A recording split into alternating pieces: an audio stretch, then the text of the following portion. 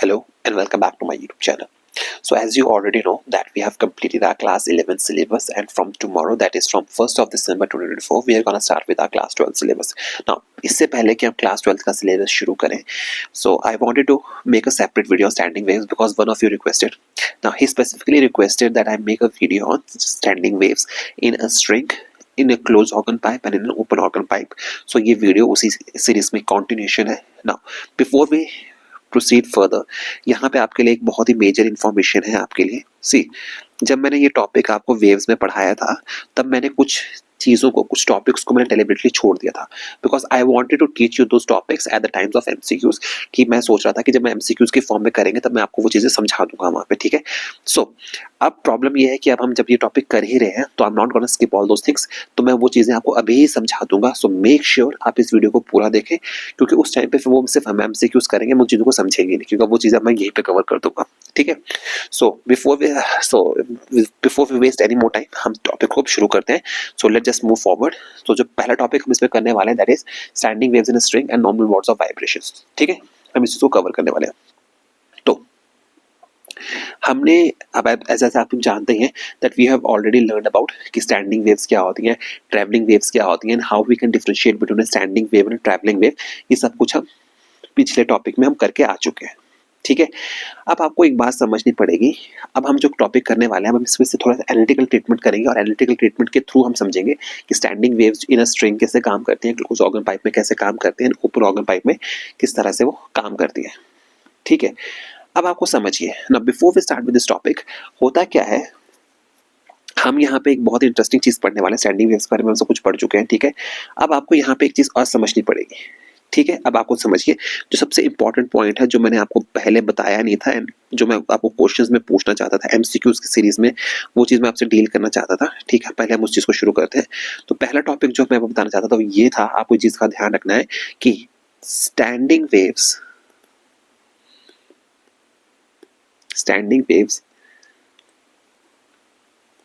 are produced at a certain frequency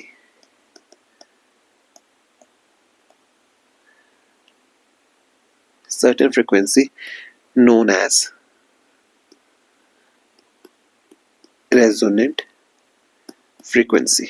इसका मतलब यह है, इस लाइंस का मतलब ये है कि आपकी जो स्टेशनरी वेव्स होंगे वो एक पर्टिकुलर फ्रीक्वेंसी पे प्रोड्यूस होंगी, और उस फ्रीक्वेंसी को आप रेजोनेंट फ्रीक्वेंसी कह देते हो.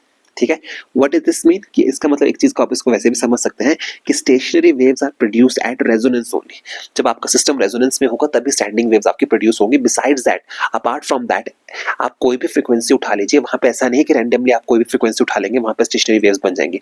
आपको समझना पड़ेगा कि standing waves are produced at a certain frequency known as resonant frequency, और standing waves are produced at resonance. ये बात आपको समझनी पड़ेगी. ठीक है.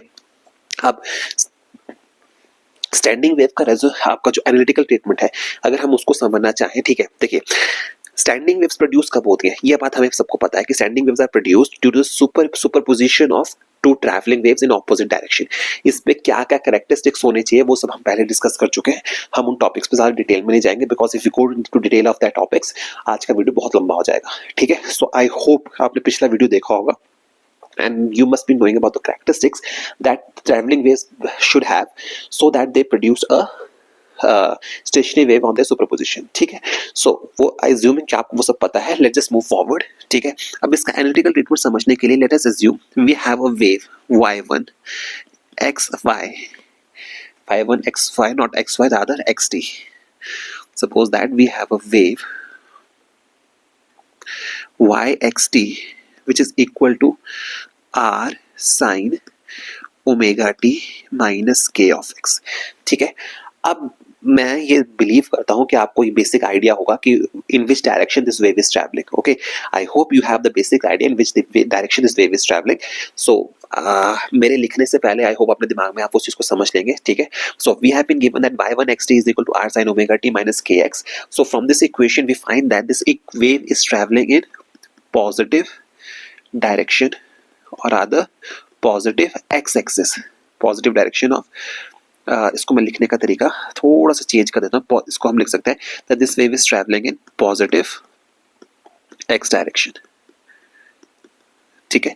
So what will happen, the moment it reaches the end, it will get reflected back, and the moment it gets reflected back, we know that a phase difference of pi will be introduced in this equation. So the reflected wave will become as y2 of xt will be equal to r sine omega t plus kx plus of pi. This will be traveling in negative x direction. ठीक है.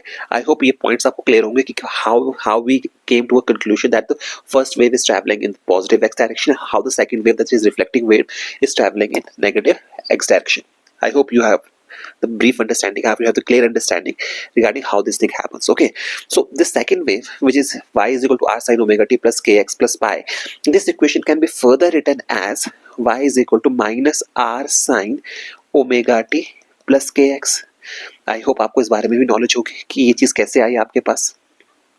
ठीक है, that is y2 of xt is equal to this equation. ठीक है, so these are the two waves.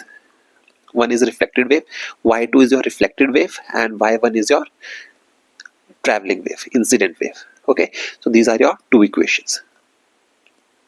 ठीक है, now as I have already mentioned, the standing waves are formed by the superposition of a traveling wave and a reflected wave. ठीक है, so for the superposition to occur, we know that from the principle of superposition, the resultant wave yxt will be equal to y1 x1 t, rather y1 xt plus y2 x2 of t.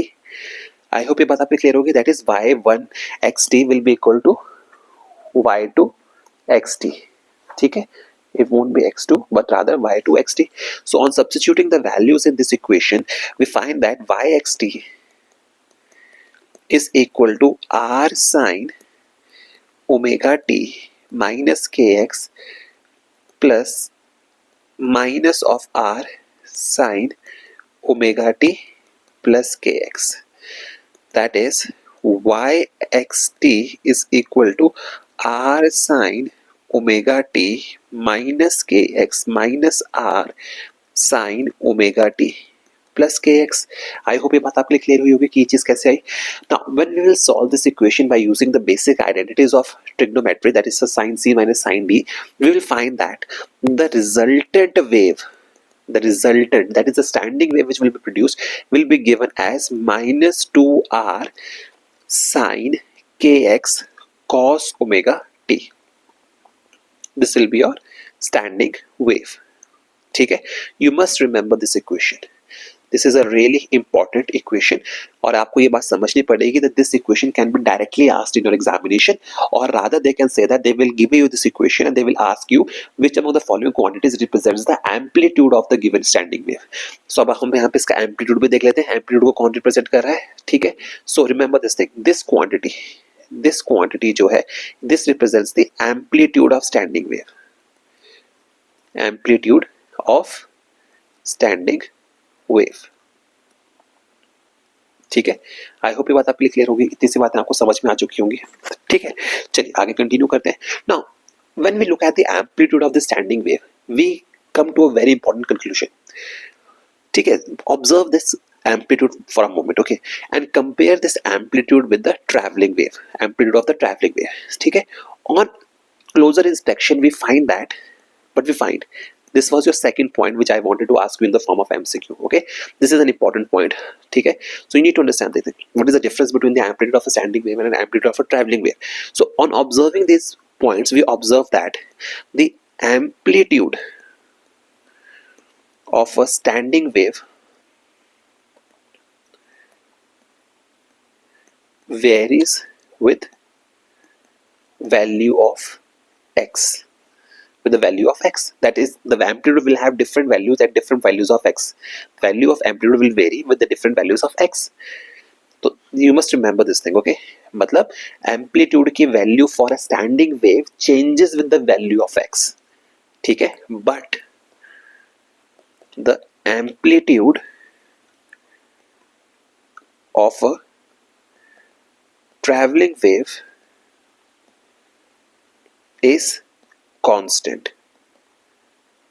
I hope ये बात अभी आपके लिए ये चीज आप समझोगे कि amplitude of a traveling wave is constant, but the amplitude for a standing wave varies with the value of x. ठीक है, चलिए आई होप ये बात आपके क्लियर होगी. Now will move further, we'll proceed further and let's see what happens. Okay, now what will be the result at x is equal to 0? Let's just say we have been given these values and ठीक है, someone asks you what is the value of y at x is equal to 0. ठीक है, so what happens at x is equal to 0? These are your different cases.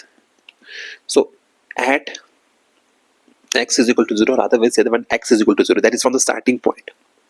When x will be 0, हमारे पास क्या equation बनती है? हमारे पास equation बनेगी y is equal to -2r cos omega t sin of 0 which will be equal to 0. ठीक है, this implies at x is equal to 0 we will have a node. यानी कि नोड कौन सा पॉइंट होता है, हमें कैसे पता है यहाँ पे नोड है? Because node is that point with the displacement is equal to 0. तो आपके पास यहाँ पे क्या है? आपके पास यहाँ पे डिस्प्लेसमेंट 0 आ रही है. That's why at x is equal to 0 you have a node. That you have a node. Similarly, what will happen at x is equal to L? What will happen at x is equal to L? So at x is equal to L, let's see what happens. So when we substitute the value of x is equal to L in the displacement equation that we have the value -2r cos omega t sin kl equals to, this is the equation which we have. ठीक है, ये बात होगी.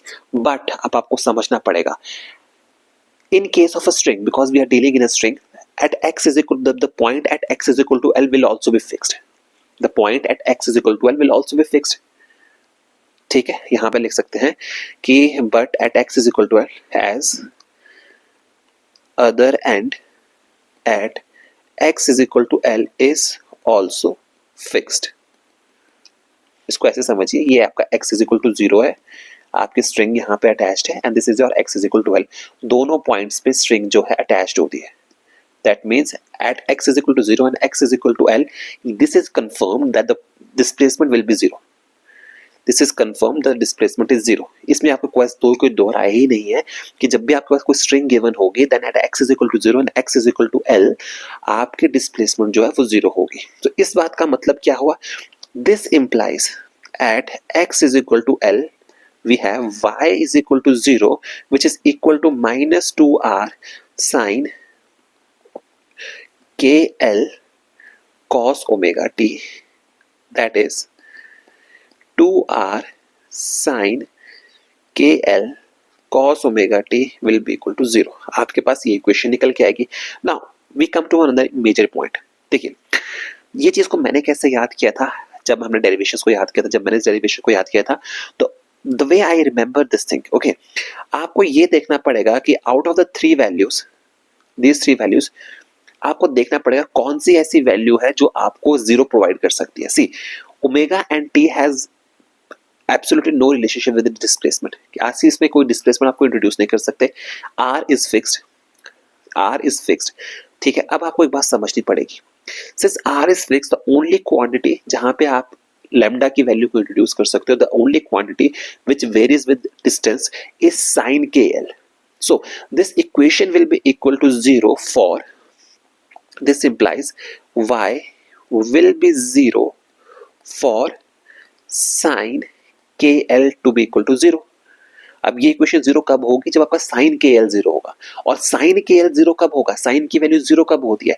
And we all aware of the fact that sin kl will be equal to 0 for sin equals to n pi. This implies kl is equal to n pi. This implies, इस बात का मतलब क्या हो? This implies that lambda will be equal to 2l by n. Lambda will be equal to 2l by n. अब ये lambda कहाँ से इंट्रोड्यूस हुआ? आई होप ये आपको पता होगा कि हमने ये पहले डिस्कस भी किया है. We know that the value of k, that is wave number, k is equal to 2 pi over lambda. हमने इस वैल्यू को यहाँ इंट्रोड्यूस किया and from this value we calculated the value of lambda equal to 2l by n.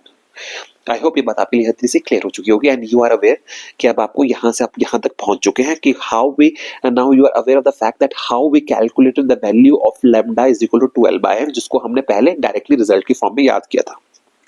ठीक है, चलिए अब इसका कंटिन्यू करते हैं। ठीक है, अब हम निकालेंगे यहाँ पे फर्स्ट मोड ऑफ वाइब्रेशन। अब हम यहाँ पे निकालने वाले हैं our first mode of vibration या our first normal mode of vibration. ठीक है, दिस इज द, अब हम ये कैलकुलेट करने वाले हैं। सी, जब हम बात करते हैं, रिमेंबर वन थिंग, जब भी आपको पेपर में बोले that you have been given the first normal mode of vibration, जब भी आपको first normal mode of vibration की बात करता है, you must always remember that you are talking about n is equal to 1। ठीक है, जब भी हम नॉर्मल मोड ऑफ वाइब्रेशन की बात करेंगे, you will substitute for normal mode of vibration, we will substitute n is equal to 1. So when we substitute the value of n is equal to 1, let's just say in equation number 1, n is equal to 1 in equation number 1, we will get that this implies that lambda will be equal to 2l। ये बात clear होगी। This implies that, इसका मतलब क्या हुआ, l is equal to lambda by 2, l is equal to lambda by 2। I hope ये बात clear होगी। ठीक है, इस बात का मतलब क्या है, lambda is equal to 2l का मतलब क्या है, इस बात को समझिए। इस बात का मतलब क्या है, इस बात का मतलब आपके लिए ये है कि द स्ट्रिंग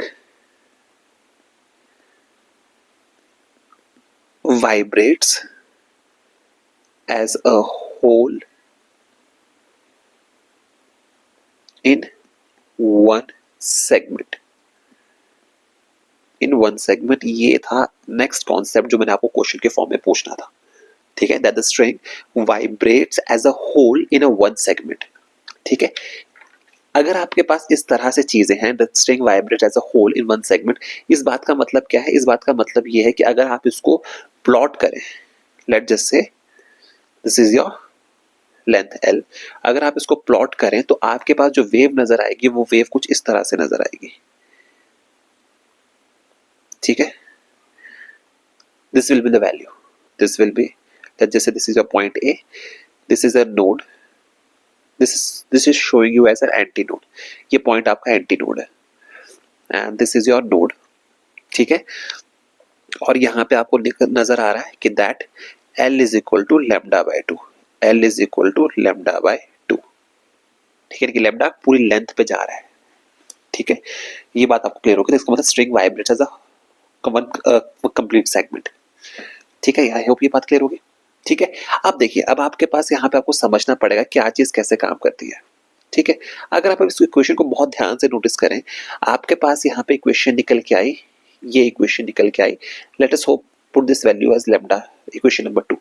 ठीक है, now we know that v is equal to nu of lambda, v is velocity, nu is frequency, and lambda is wavelength। This implies that nu is equal to v over l, sorry, v over lambda, nu is equal to v over lambda। ये बात clear होगी आपके पास, v nu is equal to v over lambda। ठीक है, अब we will substitute the value of lambda, let's just say this is lambda 1 because we are calculating for first normal mode, so this will be lambda 1, so we will get the value of nu 1 as v over 2l from equation number 2, and we are also aware of the fact, हमें एक बात का और पता है कि v की value किसके बराबर होती है, v is equal to under root of t over m, where t is tension and m is mass per unit length। This implies that the frequency की वैल्यू nu 1 की वैल्यू जो आपके पास निकल के आएगी वो निकल के आएगी 1 over 2l under root of t over m। I hope ये बात आपके लिए यहाँ पे क्लियर हो चुकी होगी। ये जो वैल्यू आपके पास निकल के आ रही है, दिस न्यू वन जो है, इसको आप बोलते हो फंडामेंटल, इसको आप बोलते हो फंडामेंटल नोट और फर्स्ट हार्मोनिक, ठीक है, ये बात क्लियर होगी अब आपके लिए। चलिए अब आगे कंटिन्यू करते हैं। जैसे आपने फर्स्ट हार्मोनिक निकाल लिया, now we can similarly calculate the second mode of vibration, we can calculate the second mode of vibration. ठीक है, हमने पीछे क्या डिस्कस किया, हमने डिस्कस किया if we have to calculate the first normal mode of vibration we put the value of n is equal to 1 in equation number 1. Similarly in case we have to calculate the second mode of vibration, हम क्या करेंगे, we will put the value of n is equal to 2 in equation number 1 and this will give us the value of lambda 2 equals to 2l by 2sl. ठीक है, आपके पास ये value निकलेगी. अब इस बात का मतलब क्या है आपके लिए, अब आपको समझना पड़ेगा इस बात का मतलब क्या है. इस बात का मतलब आपके पास ये है, इसको समझिए, इस बात का मतलब ये है that the string vibrates as two segments. The string vibrates as two segments. अगर आप इसको प्लॉट करें, अगर आप इसको ड्रॉ करें रादर, तो आपके पास जो रिलेशनशिप निकल के आया, क्योंकि अब आपके पास दो सेगमेंट्स हैं, this is your segment 1 and this is segment 2, तो आपके पास वो कुछ इस तरह से निकल के आएगा.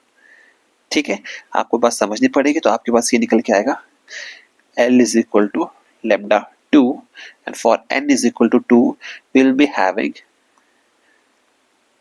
1, 2 and 3 nodes and 2 anti-nodes.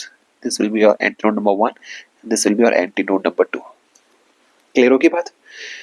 अगर अब हम क्या करें, अब हम यहाँ पे फ्रीक्वेंसी को कैलकुलेट करें. इफ इस नाउ वी कैलकुलेट न्यू 2, तो अगर हम न्यू 2 को कैलकुलेट करें तो आपका वैल्यू निकल के आएगी over lambda 2 will be equal to v over l, because lambda 2 is equal to इतना is that this is equation number 3. From equation number 3 lambda 2 is equal to v over l, और v की value हमें पता है कितनी होती है, v over l, and let's just say we multiply and divide this equation by 2 over 2l. ठीक है, अगर हम इस इक्वेशन को ध्यान से देखें तो v over 2l किसके बराबर था, v over 2l आपका न्यू 1 के बराबर था. दिस इज योर न्यू 1, इसके बराबर था. तो इसका मतलब ये हुआ कि आप इसको न्यू 2 को आप लिख सकते हो 2 टाइम्स ऑफ न्यू 1. ठीक है, अब ये जो न्यू 2 आपके पास निकलता है, this nu 2 is known as second harmonic, as second harmonic, और this nu 2 is known as second harmonic और first overtone. So remember one thing, अगर आपको क्वेश्चन में बोले if the frequency of the first overtone for a standing wave in a string is given, let's just say for standing wave in a sonometer or in a guitar string or in a sitar string is, let's just say 550 hertz. This means that you have been given the value of nu 2 as 550 hertz. So what does this mean? That the new one will be equal to 550 divided by 2, that is around 275. आप समझ गए इस बात को, चीजें इस तरह से आपसे पूछी जाएंगी. So make sure you remember all these things. Okay, ये हो जाता है आपका second harmonic of first overtone. Similarly we can calculate the other harmonics and other overtones. ठीक है, तो यहां से अगर हम कैलकुलेट करें similarly, nu 3 will be equal to third harmonic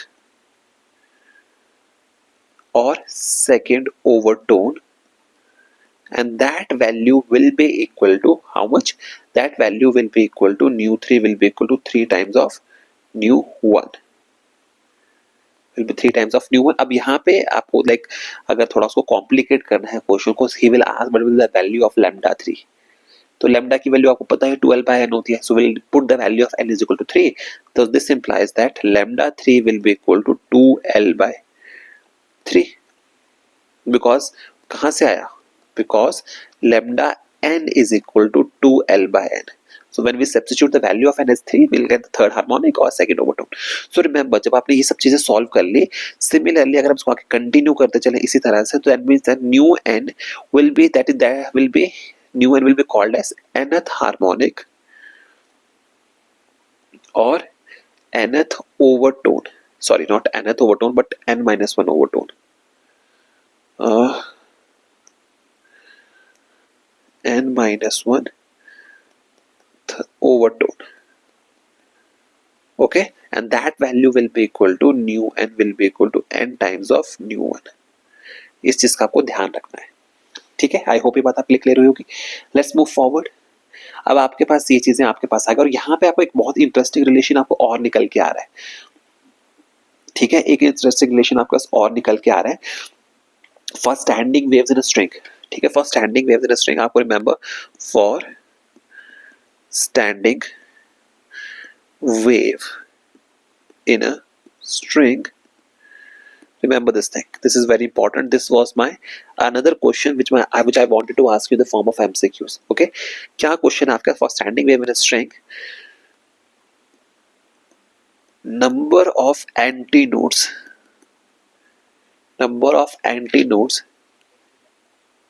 is equal to n. Number of nodes is equal to n plus 1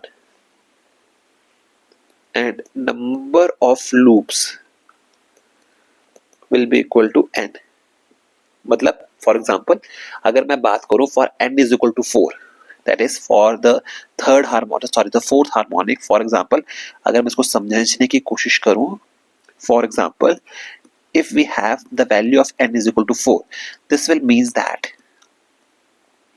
we will be having number of nodes will be equal to 5, number of anti nodes will be equal to how much, 4, and number of loops will be equal to 5.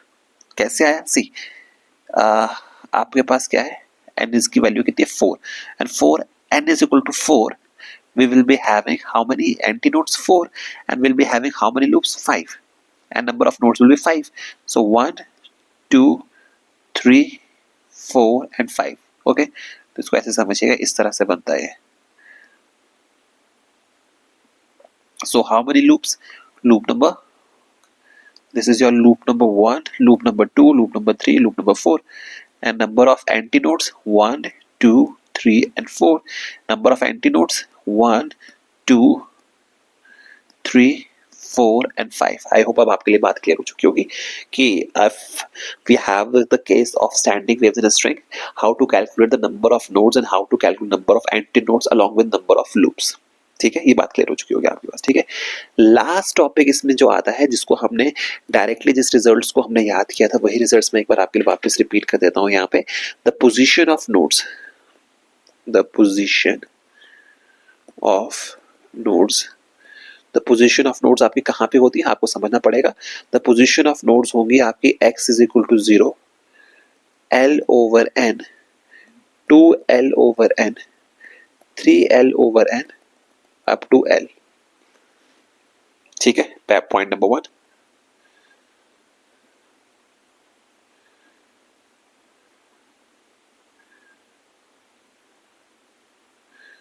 ठीक है, and the position of antinodes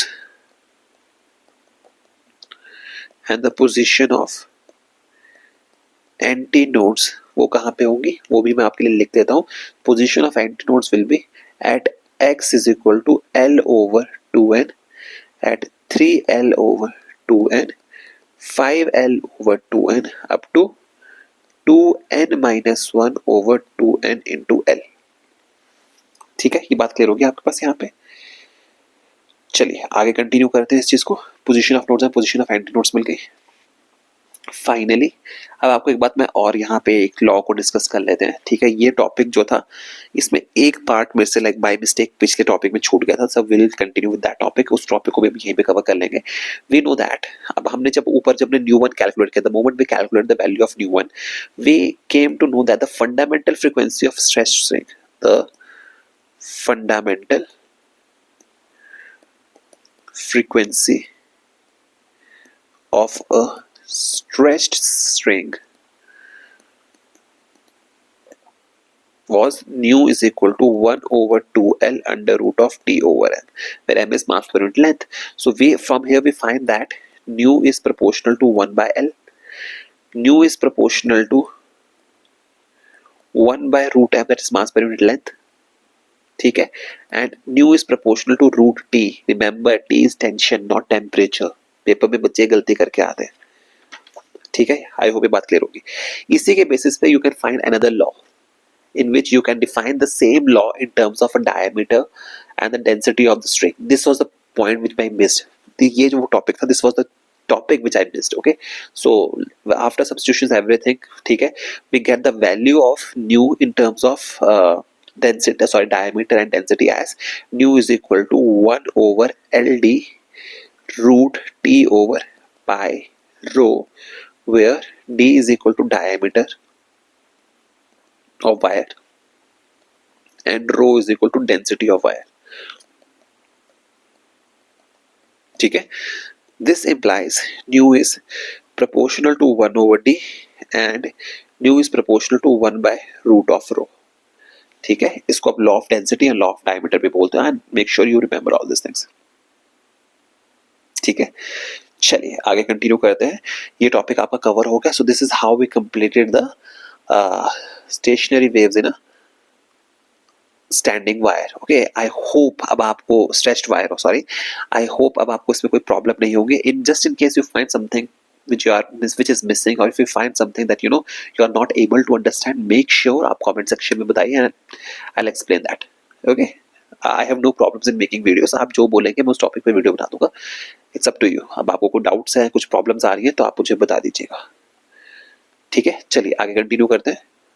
Let's just move to the next topic. And the next topic that we are going to study today is the standing waves in a closed organ pipe. Standing waves in a closed organ pipe. Let me check a different color. Let's see. Standing waves in a closed organ pipe. Standing waves in a closed organ pipe. I don't like this color, sorry. ठीक है, standing waves in a closed organ pipe, इस पे बात करते हैं. सो closed organ pipe से हमने समझा था कि the kind of closed organ pipe we are dealing with is the one which is open at one end but close at the other end. समझ की बात को, हमने जो क्लोज्ड ऑर्गन पाइप को स्टडी करना है that will be open from one end but the close from the other end. This is the closed organ pipe जिसके बारे में हम स्टडी करने वाले हैं. ठीक है, so before we start this thing, okay, before we start with this thing, हम इस टॉपिक को अगर हम डिस्कस करें, अगर हम इस टॉपिक को और अच्छे से डिस्कस करने की कोशिश करें, ठीक है, तो हम इसको शुरू करते हैं. ठीक है, close organ pipe. Before we start this topic, there are two types of organ pipes. There are two types of organ pipes. The first and second type of organ type, let's just say first one is closed organ pipe and second is open organ pipe. When we talk about the closed organ pipe, we talk about a pipe which is closed at one end but open at the other. Closed at one end but open at other. And when we talk about the open organ pipe, we talk about an organ pipe which is open at both ends. Open at both ends. ठीक है. So, अब हमने क्या किया था,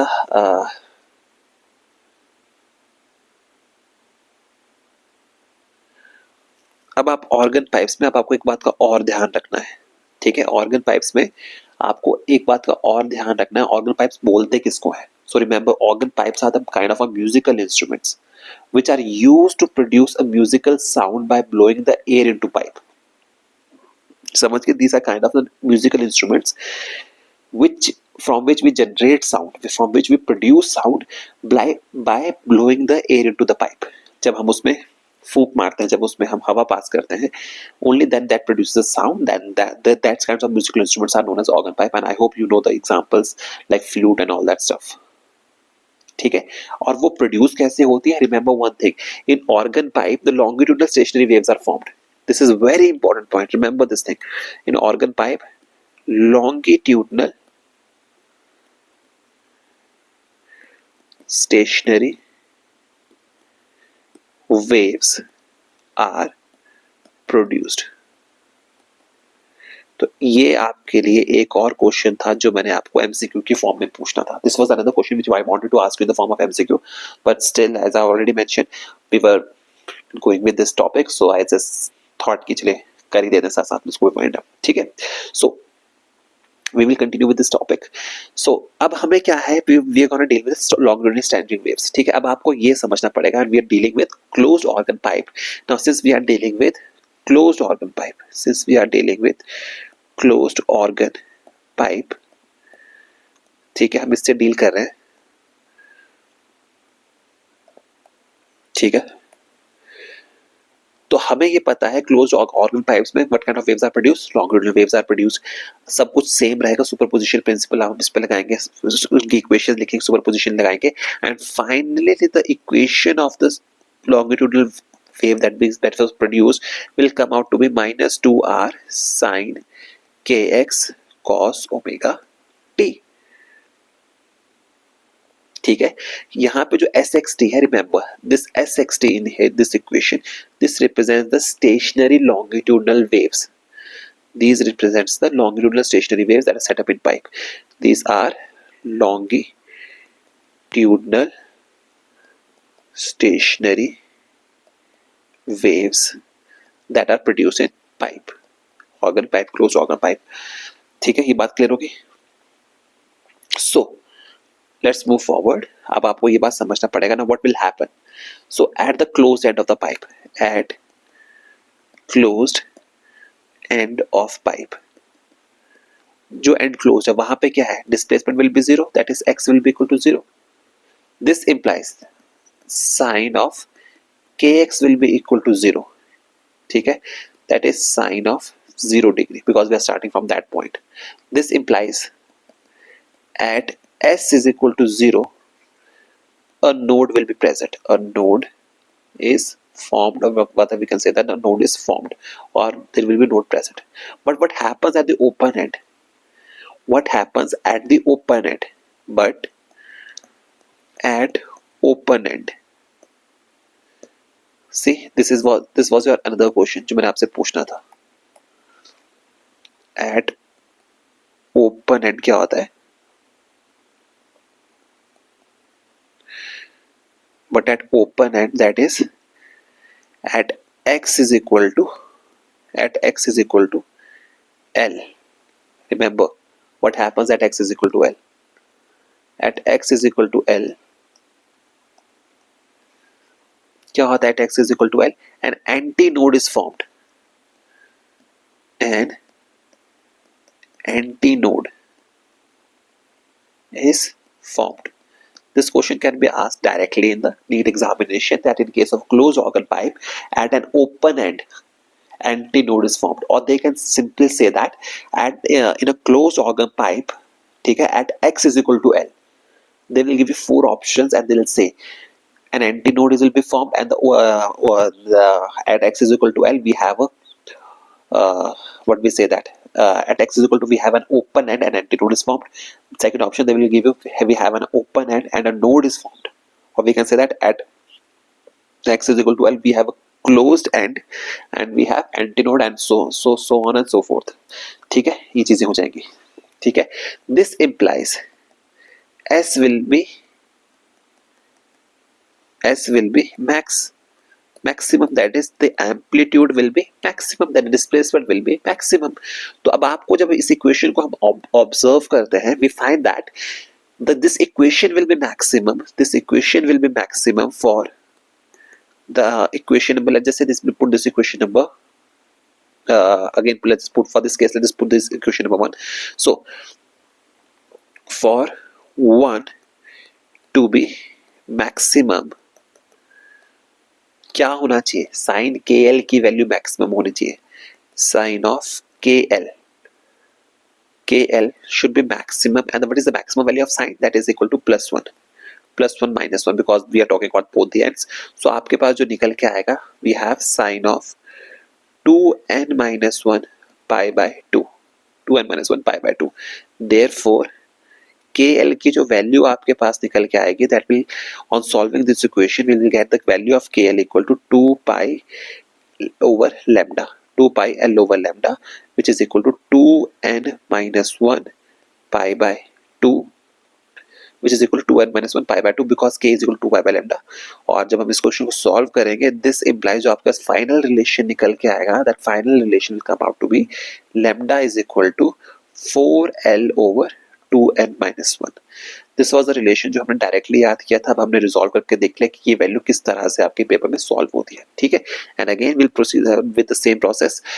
क्या process था इसका हमारा, that we use to find the value of first normal mode of vibration. So first normal mode of vibration, first normal mode of vibration. तो मैंने आपको क्या समझाया था, when we are asked to find the first normal mode of vibration, हम क्या करते हैं, we substitute the value of n is equal to 1. So when we substitute the value of n is equal to 1 in this equation number 2, but we have the lambda 1 will come out to be 4l over 2 of 1 minus 1, which will be equal to 4l, that is l is equal to lambda 1 by 4 will be equal to lambda 1 by 4, ठीक है। and this mode of vibration is shown as, if this is your organ pipe, this is shown as like this. Oh, not this way, I'm so sorry. This is shown as like this,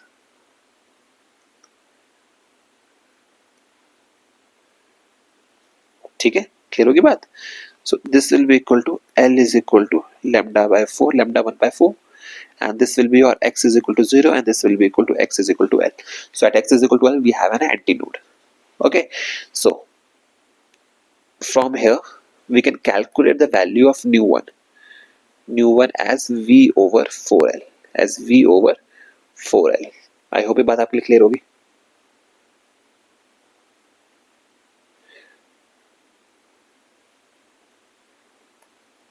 ठीक है। अब जब आपके पास new one आ गया था, ठीक है, अब यहाँ पे एक बात का ध्यान रखिएगा, ठीक है, यहाँ पे इस बात का ध्यान रखना है, this is your, what is this is your fundamental node,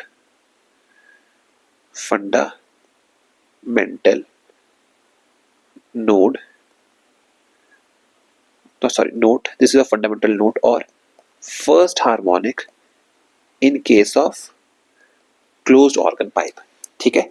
और एक बात आपको और ध्यान रखना है यहाँ पे, दिस प्लीज मेक श्योर, ये चीज आप जो आपने ऊपर केस किया उसके लिए भी वैलिड है, that new one, that is your fundamental note.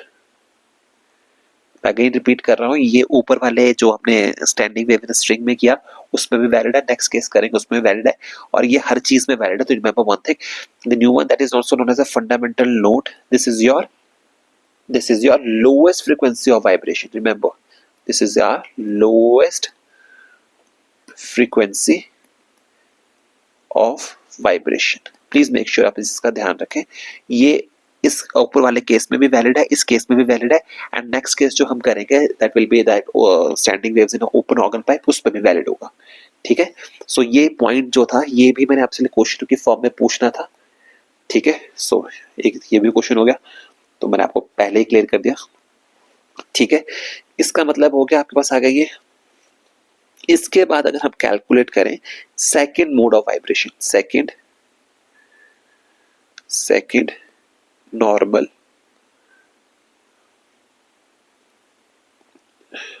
Mode of vibration, अगर हम कैलकुलेट करें second normal mode of vibration, अगर हम उसको कैलकुलेट करें तो हमने क्या सीखा था, so that in order to calculate the second normal mode of vibration हम क्या करते हैं, we substitute the value of n is equal to 2। अगर हम क्या करेंगे for second normal mode of vibration, we will substitute the value of n is equal to 2 in equation number, what was the name of the equation, in equation number 2, तो हमारे पास value कितनी निकल के आएगी, lambda 2 will come out to be 4l over 2 into 2 minus 1 will be 4l over 3, that is l will be equal to 3 lambda 2 by 4, ठीक है। ये बात क्लियर हो गया आपके पास, ठीक है। इसको अगर हम रिप्रेजेंट करें, इस चीज को, if we try to represent this equation, तो हम इसको किस तरह से रिप्रेजेंट कर सकते हैं, if we want to draw this thing, तो आपको ये पता होगा कि किस तरह से आएगा, इस तरह से आएगा,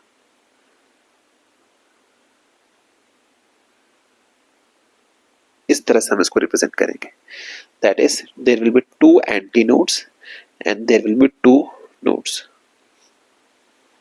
ठीक है, क्लियर होगी बात ये?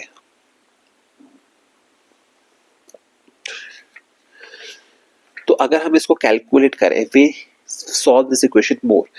अब लेट जस्ट से अब आप इसको आपको बोलता है calculate the value of nu two, because this is the way we proceed. If we calculate the value of nu2, आपके पास जो वैल्यू निकल के आएगी वो वैल्यू आपके पास निकल के आएगी v over lambda 2, which will be equal to v over 4l over 3, that is 3 over 4 into v over l. ये वैल्यू निकल के आएगा. ठीक है, और if we observe now, if we carefully if we observe our equation number, let us put this as our equation number 3. Now if we clearly observe the equation number 3, we find that this value v over 4l, we find that this value 3v over 4l, this is the value of nu1. So आपको ये समझ में आता है कि that nu2 is equal to 3 times of nu1. nu2 is equal to 3 times of nu1. So remember this thing. ठीक है, this implies that second normal mode of vibration, ये वो क्वेश्चन है जो मैंने आपको फिर से पूछना था, as I've already mentioned. ये वो क्वेश्चन है, ठीक है. So second normal mode of vibration in a closed organ pipe, in a closed organ pipe is 3 times the fundamental frequency, is 3 times the fundamental frequency. ठीक है, and remember this thing, this implies that this note is known as third harmonic. This note is known as third harmonic और first overtone. अब देखिए numerical किस तरह से पूछा जाएगा. न्यूमेरिकल में वो आपको बोल सकता है for the first overtone, the first overtone in the case of closed harmonic is given as 550 hertz. तो आपके दिमाग में पहले closed organ pipe जानी चाहिए. The closed organ pipe के केसेस में आपको ये समझना पड़ेगा, we talk about the first overtone, आपकी n की वैल्यू होती है 2, and for n is equal to 2, your first overtone comes out to be 3 times of nu1. So if they are saying that the first overtone in case of closed organ pipe is, let's just say 550 hertz, that means the value of 3 nu1 has been given to you and you have to solve the equation for 3 nu1. This implies that 3 nu1 will be equal to 550 hertz.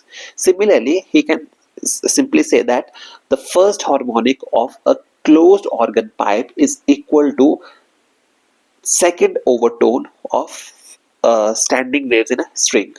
तब आप जो string वाला case आपने किया उसका second overtone और इसका जो है उसको इक्वेट करोगे. Only then you will be able to find the answer. जब हम एमसीक्यू सीरीज चलाएंगे तब आपको इस तरह के क्वेश्चंस भी आपको दिखा दूंगा.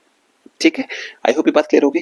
अगर if we continue this process, अगर हम इस प्रोसेस को कंटिन्यू रखें तो for n is equal to 3, now for n is equal to 3, n is equal to 3 will be third normal mode of vibration, third normal mode of vibration. अगर हम इस process को कंटिन्यू रखते हैं तो आपको लैम्डा 3 की वैल्यू निकल के आती है as 4l over 5, 4l over 5. तो this implies that nu3 will be equal to 5 into v over 4l, and v over 4l is equal to nu1, so this will be equal to 5 times of nu1. तो इसका मतलब क्या हुआ कि for n is equal to, that is the third normal mode of vibration is nothing but the fifth harmonic, is fifth harmonic. This is the fifth harmonic, that is the third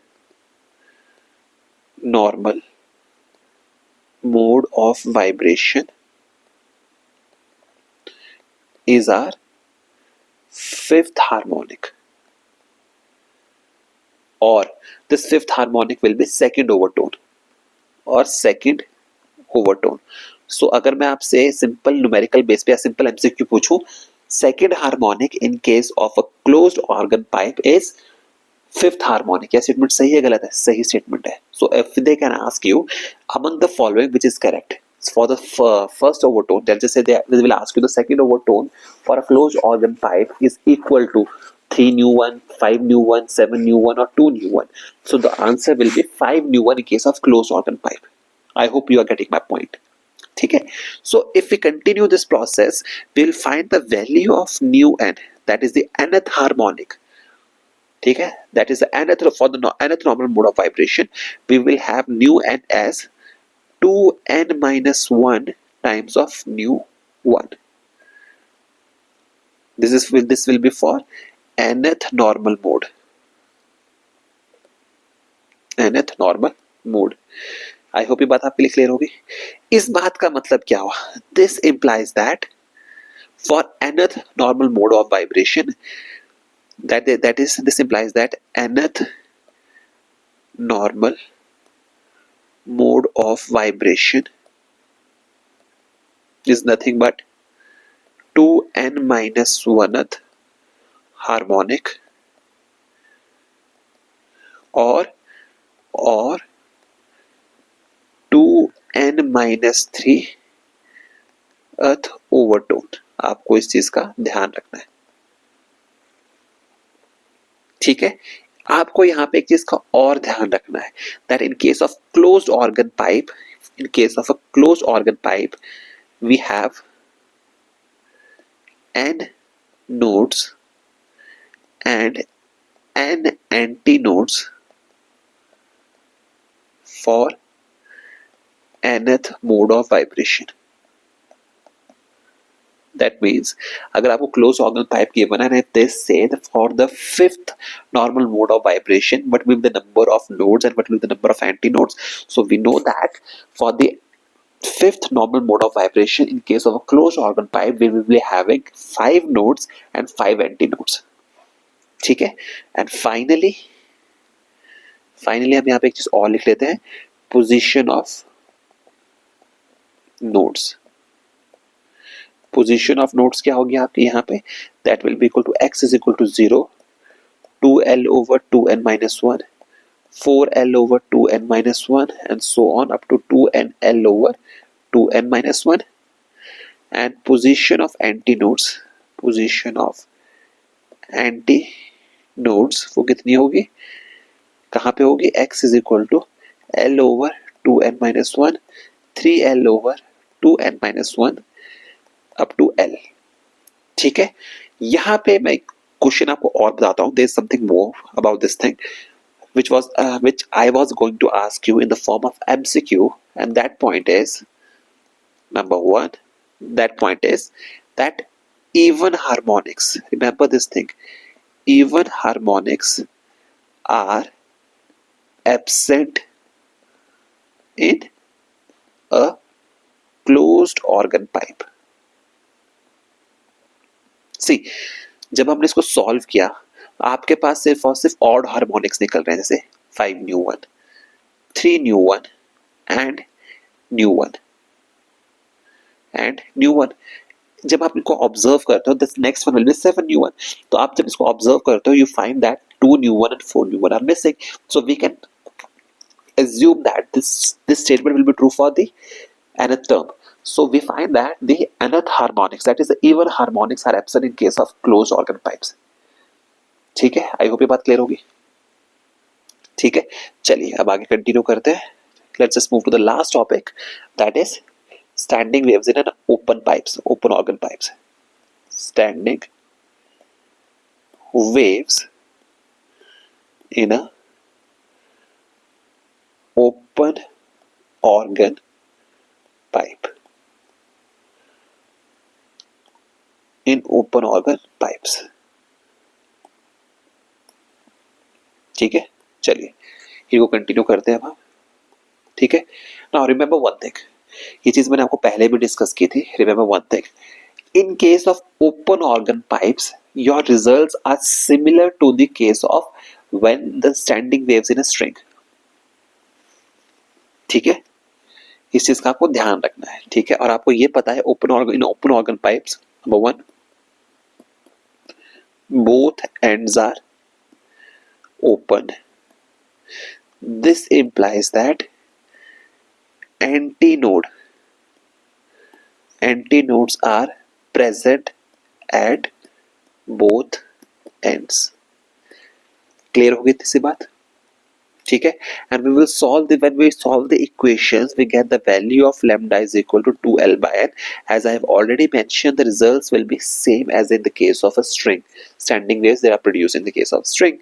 See, तो अगर हम यहाँ पे क्या करते हैं, अगर हम first normal mode, if we calculate the first normal mode, what does that mean? That we will substitute the value of n is equal to 1. We get the value of nu1 is equal to v over 2l, similar to that of standing waves in a string, and we will get the value of lambda is equal to 2l. So when we will plot this thing, जब हम इसको plot करेंगे, we will get this kind of representation. ठीक है? We will be having one node and two antinodes. ठीक है? Similarly, if we calculate the second normal mode, so what does this mean? In order, when we want to calculate the second normal mode, we will substitute the value of n is equal to 2, and this will give us the value of nu2 as 2 times of nu1, and lambda is equal to l. ठीक है? And if we want to represent this thing, अगर मैं इसको represent करूं, we will get this kind of representation. Okay, this is the representation which we will be getting. That is, we will be having two antinodes. Sorry, two nodes, not antinodes. Two nodes and three antinodes. Okay, and we will continue this process to find that for the nth normal mode. We'll continue this process to find that for nth normal mode, we will get nu n as n times of nu1. Okay, and the nomenclature will be same like that. The first harmonic will be nu1, second harmonic will be nu2, third harmonic will be 3 nu1, and first overtone will be 2 nu1, second overtone will be 3 nu1, and so on and so forth. Okay, so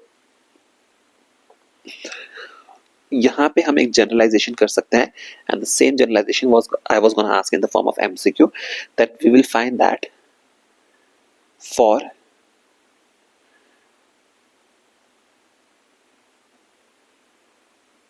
nth normal mode, we will have n nodes and n plus 1 antinodes. ठीक है? This is the way we will find this value, and this is the way we will solve these equations. ठीक है? और यहाँ पे अब आपको एक बहुत ही इंटरेस्टिंग फैक्ट बताता हूँ, तो जो मैं आपको एक क्वेश्चन की फॉर्म में और देना चाहता था, and this is the last fact which I wanted to share with you, that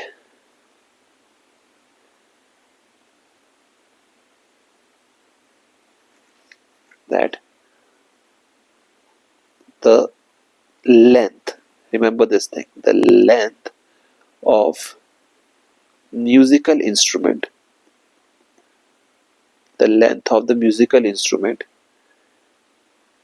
determines the range of frequencies